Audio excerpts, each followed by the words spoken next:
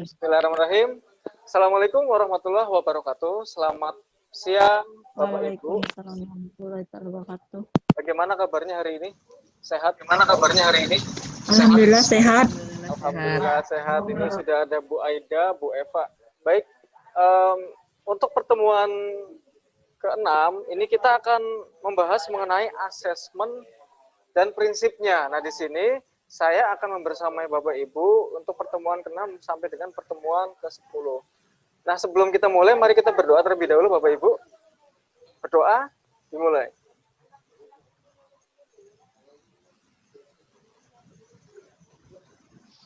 Baik, nah saya ingin bertanya terlebih dahulu kepada Bu Eva nih ya. Bu Eva, di sini kalau saya boleh tanya, apa yang Ibu ketahui mengenai asesmen, Ibu? Terima kasih. Assalamualaikum warahmatullahi wabarakatuh. Waalaikumsalam. Asesmen itu adalah bentuk penilaian, baik itu penilaian secara formatif maupun penilaian secara sumatif. Baik.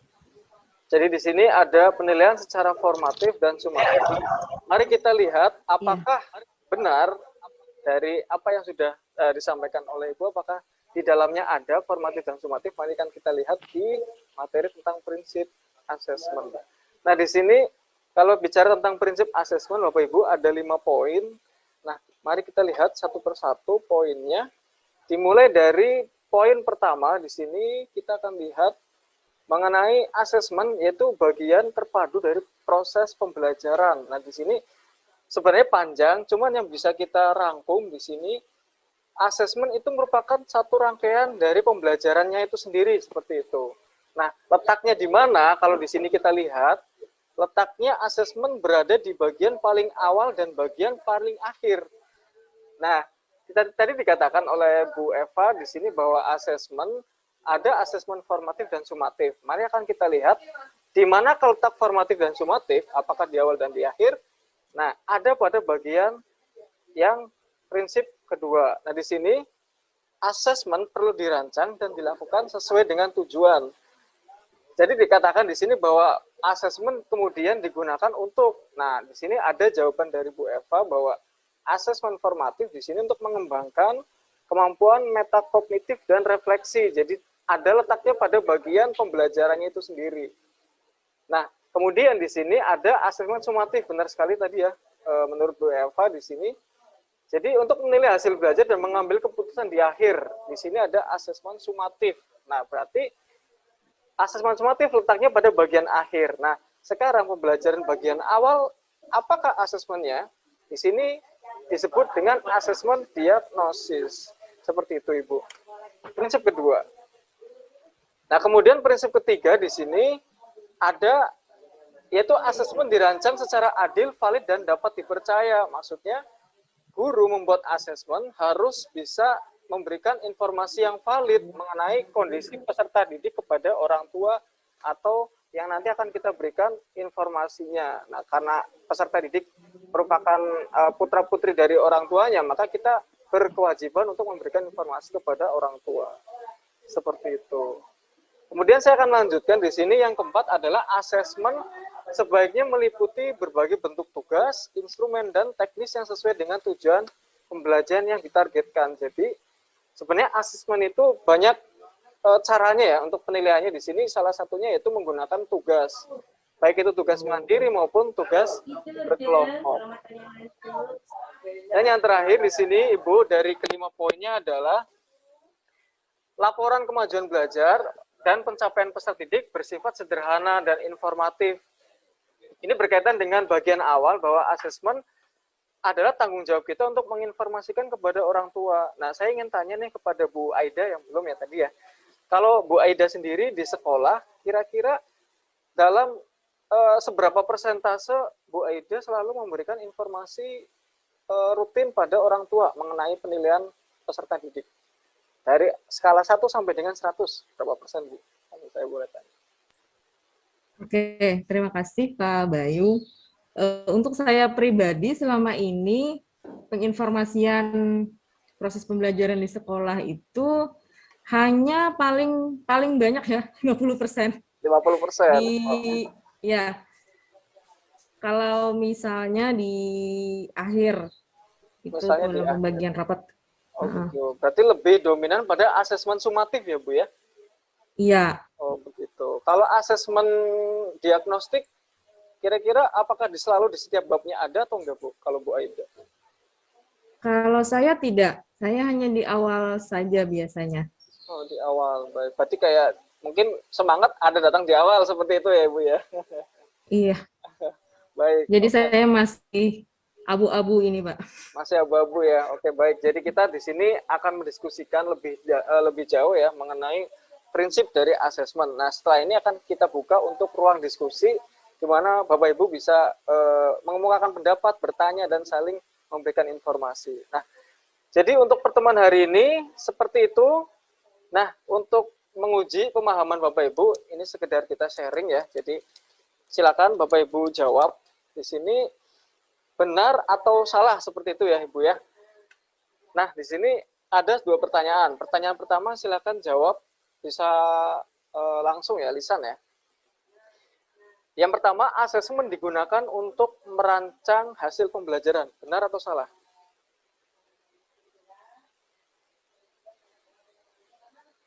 Benar. Kalau menurut Salah. Bu Aida benar. Kalau Bu Eva? Salah. Salah. Baik, di sini ada dua jawaban ya, menarik ini. Kemudian yang kedua, seluruh jenis asesmen digunakan untuk merancang skenario pembelajaran. Benar atau salah? Salah. Benar. Baik.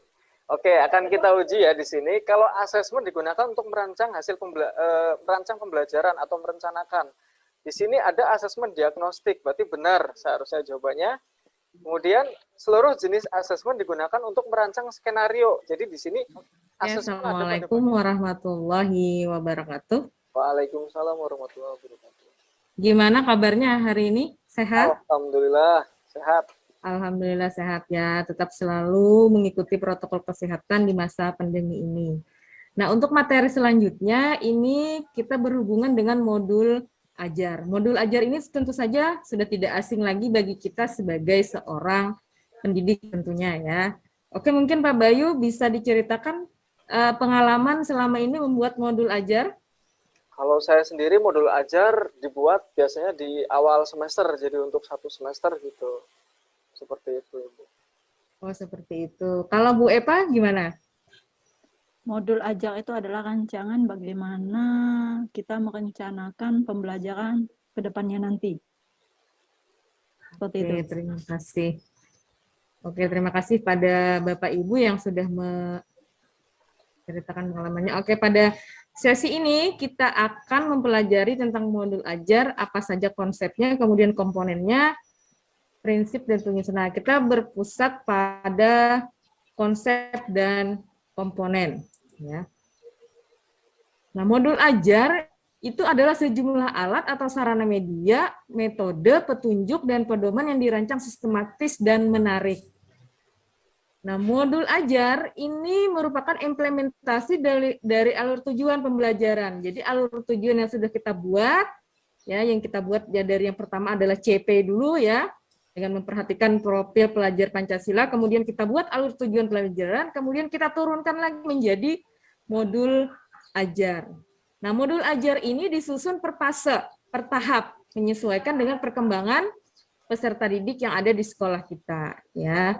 Kemudian, selain itu juga, guru perlu memahami konsep mengenai modul ajar agar proses pembelajaran lebih menarik dan bermakna. Nah, di sini maksudnya guru tadi harus punya pemahaman yang lebih mengenai modul ajar yang akan dibuat nantinya, sehingga pembelajaran itu akan lebih menarik bagi peserta didik kita dan juga lebih bermakna. Oke, kita lanjut. Nah, ini di sebelah sini ada gambar ya, ini sekilas gambaran. Yang kita ingin tuju itu adalah profil pelajar Pancasila. Jadi profil pelajar Pancasila ini adalah tujuan akhir dari proses pembelajaran kita. Kita urutkan dari capaian pembelajaran, alur tujuan pembelajaran, kemudian modul ajar. Nah, di sini komponen modul ajar itu ada 3. Ada yang berisi informasi umum, Itu ada identitas, kompetensi awal, profil pelajar Pancasila yang kita harapkan nantinya, kemudian sarana dan prasarana yang mendukung dalam pembelajaran kita. Kemudian siapa peserta didiknya yang kita, sasaran kita gitu ya. Kemudian model pembelajaran apa yang kita gunakan di dalam proses pembelajaran tersebut. Kemudian pada komponen inti, ini adalah komponen yang kedua, ini terdiri dari tujuan pembelajaran. Ya, tujuan pembelajaran ini biasanya dijabarkan juga dengan alur tujuan pembelajaran. Kemudian ada pemahaman bermakna. Apa yang ingin kita harapkan dari tujuan pembelajaran itu? Kemudian pertanyaan pemantik. Pertanyaan pemantik ini ada yang bisa menjelaskan kira-kira contohnya seperti apa? Silakan Pak Bayu. Pertanyaan pemantik. Jadi seperti contohnya sebenarnya bagaimana sih menentukan titik sudut? Kalau dalam geografi menentukan titik sudut menggunakan azimut gitu kan. Kemudian dari situ kan siswa penasaran, oh nanti akan apa nih pembelajaran hari ini? Gitu. Iya. Jadi pertanyaan pemantik itu seperti pertanyaan rangsangan seperti itu ya. Sehingga anak bisa kira-kira nih jadi pemancing seperti itu ya. Oke, kemudian persiapan pembelajaran, kegiatan pembelajaran ini biasanya diisi dengan sintak-sintak yang kita ambil dari model pembelajaran apa misalnya gitu ya.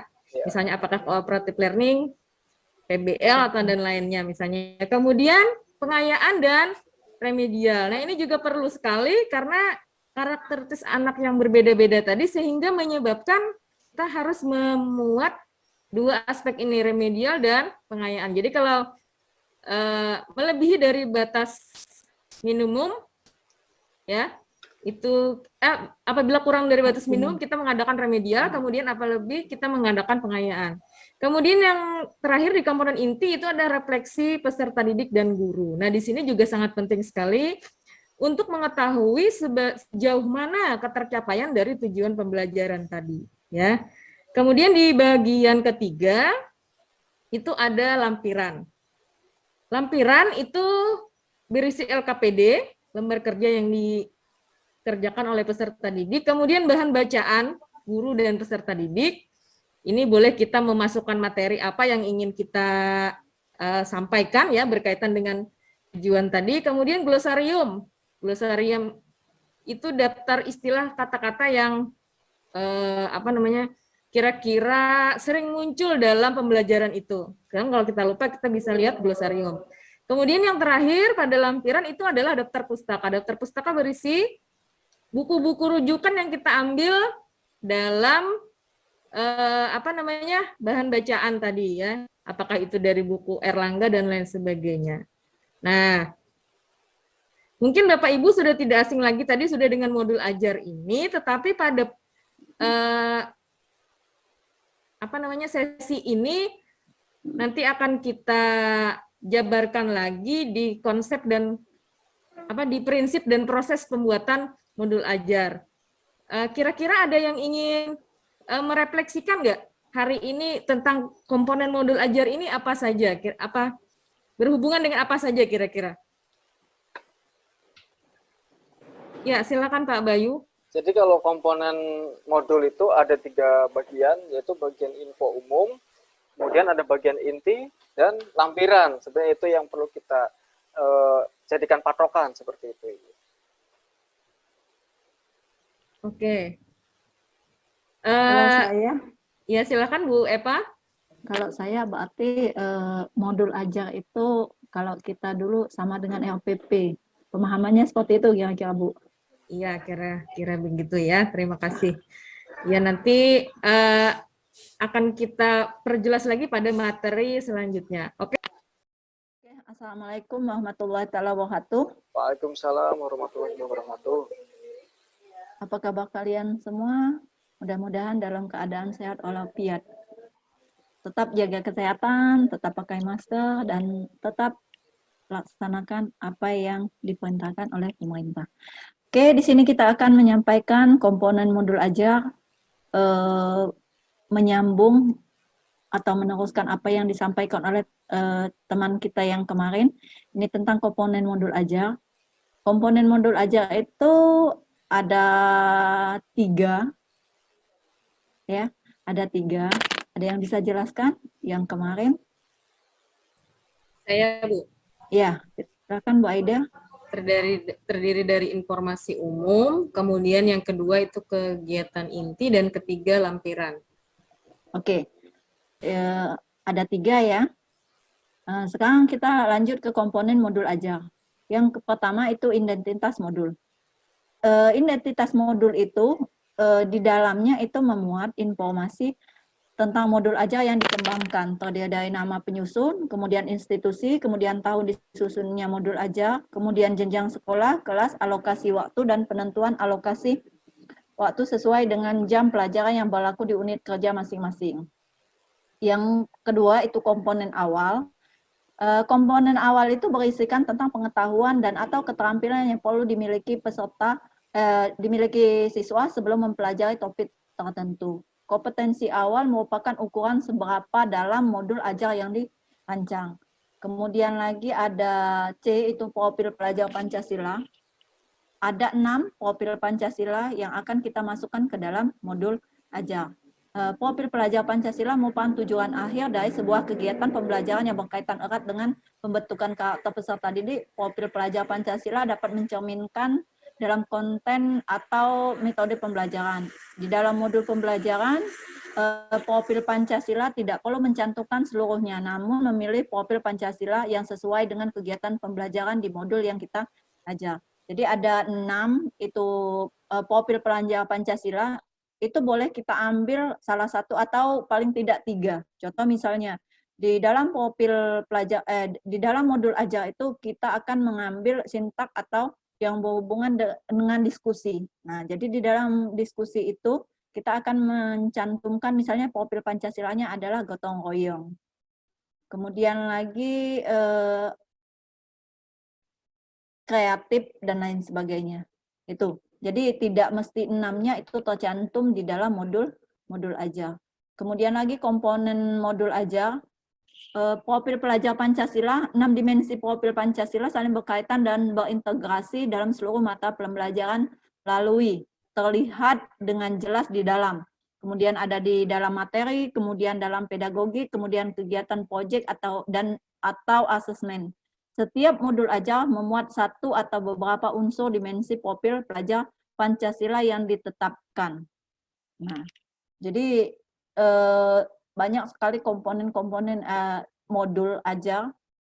Jadi ada 6 profil pelajar Pancasila yang yang tidak semuanya harus kita masukkan ke sana. Nah, kemudian lagi di sana ada komponen modul ajar itu ada sarana dan prasarana. Di dalam penyusunan modul ajar itu kita tidak bisa, kalau selama ini kita melihat modul ajar yang dibuat oleh teman yang tidak akan sama dengan sesuai dengan sekolah kita masing-masing. Jadi dari komponen dari pembelajaran yang sudah kita lakukan ini, saya harapkan Bapak Ibu mulai dari sekarang kita belajar untuk membuat modul ajar yang sebenarnya kita buat sesuai dengan keadaan peserta didik kita masing-masing. Oke, sampai di sini dulu. Ada yang bisa merefleksikan apa yang Ibu sampaikan? Silakan, Pak Bambayun. Jadi yang bisa saya simpulkan dari penyampaian instruktur bahwa modul ajar di sini karena berkaitan dengan kurikulum penggerak, maka tujuan akhirnya adalah profil pelajar Pancasila. Yang mana di sini komponennya merujuk pada tujuan akhirnya yaitu profil pelajar Pancasila. Di sini ada 3 poin, yaitu di bagian informasi umum, kemudian bagian komponen inti dan lampiran, yang mana dari awal sampai akhir saling berkesinambungan. Saya pikir itu, Ibu. Ya. Jadi saling berkesinambungan, kemudian profil Pancasila itu bagaimana yang dinaungkan oleh Bapak kita Ki Hajar Dewantara, ya. Jadi sampai di sini dulu, nanti setelah ini ada refleksi atau ulasan LK yang akan kita kerjakan, nanti akan Ibu share-kan ke grup kita masing-masing. Oke, sampai di sini dulu. Assalamualaikum warahmatullahi taala wabarakatuh. Waalaikumsalam. Warahmatullahi wabarakatuh. Saya Muhammad Azril dari SMA Negeri 1 Tuluklam, Sumatera Selatan. Dalam program sekolah penggerak, khususnya guru penggerak ini, ada beberapa yang perlu diperhatikan, yaitu dalam pembuatan modul ajar. Nah, dalam modul ajar ini, kita lihat ya.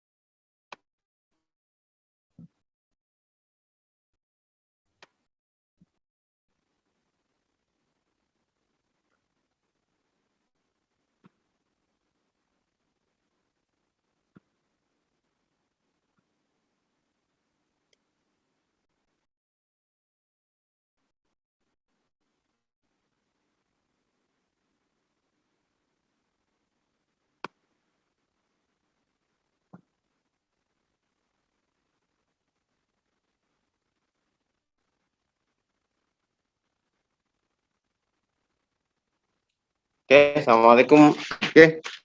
Assalamualaikum warahmatullahi wabarakatuh. Saya Muhammad Azril dari kelompok 3, berasal dari SMA Negeri 1 Tuluklam, Sumatera Selatan. Dalam program sekolah penggerak ini ada beberapa yang harus kita perhatikan, yaitu dalam pembuatan modul ajar. Modul ajar ini harus kita memperhatikan beberapa catatan ya, seperti misalnya yang pertama kita lihat di sini konsep modul ajar, komponen modul ajar, lalu prinsip penyusunan modul ajar, prosedur penyusunan modul ajar. Nah, di sini kita lihat bahwa kita lihat di sini ada konsep modul dan komponen modul ajarnya ya. Kita akan bahas di sini.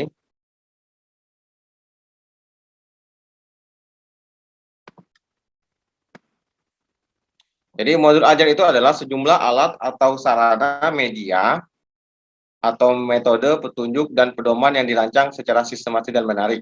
Jadi diharapkan dapat menarik atau membuat siswa itu lebih tertarik daripada kita belajar menggunakan buku pelajaran yang selama ini ya.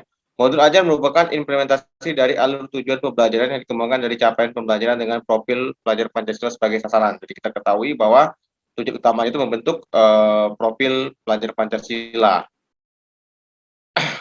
Kemudian modul ajar disusun sesuai dengan fase atau tahap perkembangan peserta didik, pertimbangan apa yang dipelajari dengan tujuan pembelajaran dan berbasis perkembangan jangka panjang. Jadi kalau kita lihat dari SD, SMP, SMA, yaitu fase A, B, dan C, jadi modul ajar ini yang memiliki rancangan jangka panjang untuk membentuk karakter dari peserta didik itu sendiri. Lalu guru perlu memahami konsep mengenai modul ajar agar proses pembelajaran itu lebih menarik dan bermakna. Jadi benar-benar pakem dari guru dari modul ajar ini untuk memahami dan karakteristik siswa dan juga untuk memberikan pembelajaran yang lebih menarik dan bermakna agar siswa itu ya lebih antusias dalam pembelajarannya. Kemudian kita lihat di sini komponen modul ajar. Modul ajar dilengkapi dengan komponen yang menjadi dasar utama dalam penyusunannya. Modul ajar dalam panduan dibutuhkan untuk melengkapi persiapan pembelajaran. Komponen modul ajar ditambah sesuai dengan mata pelajaran yang ditemukan. Jadi sifatnya dinamis ya, bisa berubah sesuai dengan kebutuhan ya. Jadi guru diberikan kebebasan untuk mengembangkan modul ajar sesuai dengan konteks lingkungan dan kebutuhan didik. Jadi kita dapat menyesuaikan dengan keadaan di lingkungan kita dan kearifan lokal di wilayah kita itu sendiri. Lalu ada beberapa lagi yang kita dalam prinsip modul ajar ini. yaitu utama komponen modul ajar. Dalam komponen modul ajar ini, ya namanya komponen, yang berarti yang isi dari kelengkapan modul ajar sendiri. Yang pertama, satu informasi umum, adanya informasi umum mengenai identitas modul. Ini bisa dilihat ya, terdiri dari nama penyusun, jenjang sekolah, alokasi waktu ya. Kalau kita bicarakan RPP ya juga pernah kita membuat seperti ini ya. Kemudian komponen modul ajar juga kompetensi awal. Kompetensi awal ini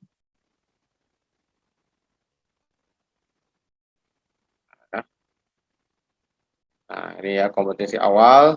Kompetensi awal ini ya ada dua ya, ada kompetensi awal dan kompetensi umum ya. Kemudian oke, kompetensi umum. Lalu komponen modul ajar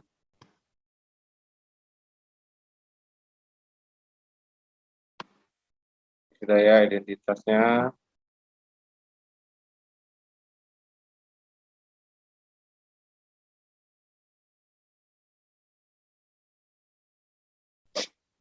Jadi, nah kemudian informasi umumnya ini kita berisi tentang 6 dimensi profil Pancasila yang berkaitan dengan integrasi dalam seluruh mata pelajaran. Terlihat dalam materi, ya terlihat jelas di dalam materinya, pedagoginya, kegiatan proyek atau asesmen itu sendiri. Setiap modul ajar memuat satu atau dua beberapa unsur dimensi profil Pancasila yang telah ditetapkan. Kita ketahui profil Pancasila itu yang selalu berketuhanan, artinya bertakwa ya, kemudian mandiri, salah satunya ya, kemudian mampu berkomunikasi, lalu berkebinekaan global, seperti itu ya.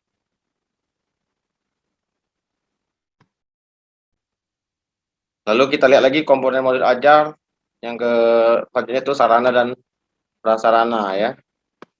Nah, dalam sarana dan prasarana ini masih membentuk karakter pendidik profil pelajar Pancasila ya, yang tercermin dalam konten dan juga metode pembelajarannya.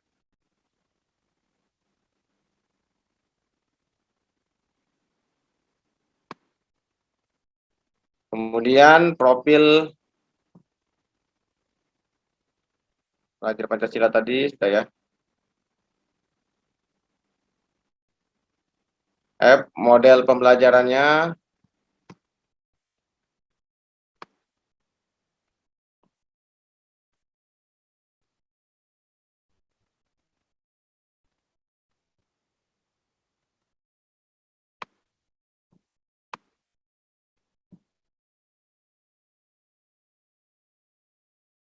Oke. Lalu dua kompetensi intinya. Pertanyaan pematik dibuat oleh guru untuk menumbuhkan rasa ingin tahu. Jadi pematik itu sama seperti kita ini, yaitu pancingan ya. Artinya pematik itu yang menghidupkan ataupun yang memancing siswa itu ya guru ya, dalam memberikan suatu pertanyaan. Contohnya ya seperti ini ya. Dalam pelajaran bahasa Indonesia bisa kita lihat ya, pembuatan cerpen ini. Kemudian di kegiatan pembelajaran dalam modul pembelajaran ini, urutan kegiatan pembelajaran bisa kita lihat dituangkan secara konkret ya. Ada beberapa langkah-langkah pembelajarannya bisa kita lihat ini ya. Kemudian di sini kita lihat asesmen. Asesmen digunakan untuk mengukur capaian pembelajaran di akhir kegiatan. Jadi asesmen ini untuk mengukur hasil dari pembelajaran itu sendiri. Ini asesmen. Yang pertama, asesmen sebelum pembelajaran, diagnostik, asesmen selama proses pembelajaran, formatif, dan asesmen pada akhir proses pembelajaran disebut dengan sumatif. Jadi sebelum kita melakukan pembelajaran, kita harus mendiagnosa ya, seperti itu, bagaimana karakteristik siswa. Lalu kita mengukur bagaimana kemampuan siswa dengan asesmen formatif. Lalu yang terakhir kita menguji kemampuan siswa dengan pembelajaran sumatif ya.